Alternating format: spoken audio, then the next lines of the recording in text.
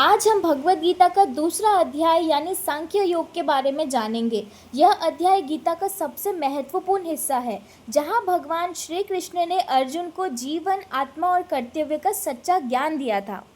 युद्ध भूमि में मोह और दुख से भर चुके अर्जुन को भगवान समझाते हैं कि आत्मा कभी नहीं मरती, केवल शरीर नाशवान है। आत्मा को कभी हथियार काट नहीं सकता, अग्नि जला नहीं सकती, जल भिगो नहीं सकता और वायु सुखा नहीं सकती। इसलिए जिसने आत्मा का ज्ञान प्राप्त कर लिया वह कभी भयभीत नहीं होता। इसके बाद भगवान कर्म योग का महत्व बताते हैं। वे कहते हैं, तुझे केवल कर्म करने का अधिकार है, फल का नहीं। इसका मतलब है कि हमें कर्तव्य पर ध्यान देना चाहिए, ना कि परिणाम की चिंता करनी चाहिए। फल तो परमात्मा के हाथ में है। भगवान यह भी बताते हैं कि सुख और दुख, लाभ और हानि, जीवन और मृत्यु ये सब अस्थायी है। जो व्यक्ति इन दृढ़ों से ऊपर उठकर कर्म करता है वही सच्चे अर्थों में योगी है। तो सार यह है कि सांख्य योग हमें सिखाता है, आत्मा अमर है, फल की चिंता मत करो, सुख दुख के सामना करो और अपने कर्तव्यों का पालन करो।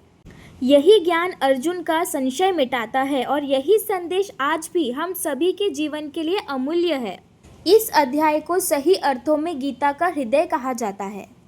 दूसरे अध्याय में भगवान श्री कृष्ण अर्जुन को स्थिर बुद्धि वाले व्यक्ति के लक्षण भी बताते हैं।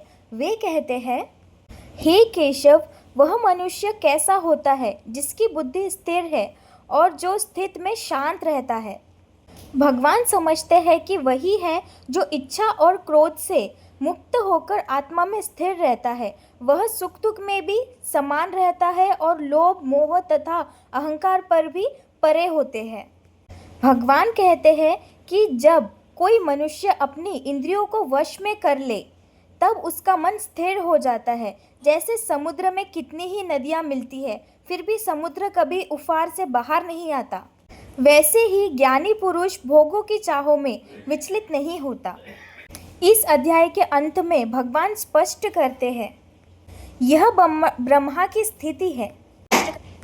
जो इस स्थिति को प्राप्त कर लेता है वह मृत्यु के सामने भी मोह माया से मुक्त होकर परम शांति को प्राप्त करता है। तो गीता का दूसरा अध्याय हमें यही सिखाता है कि सच्ची योगी वही है जो आत्मा को जानकर बिना फल की चिंता किए अपना कर्तव्य करता है और हर स्थिति में शांत व संतुलित रहता है। तो आज का गीता का दूसरा अध्याय ख़त्म होता है। आप भी कमेंट में मुझे ज़रूर बताएं कि आपने गीता के कितने अध्याय कंप्लीट करे हैं और उससे आपको क्या ज्ञान प्राप्त हुआ है। और मेरे चैनल को सब्सक्राइब ज़रूर करें। मैं हर दिन आपके लिए गीता का एक नया अध्याय लेकर आऊँगी। सारी वीडियोज़ आप लोग के लिए अपलोड करूँगी एंड आपको गीता के बारे में हर चीज़ आप तक पहुँचाऊँगी मैं।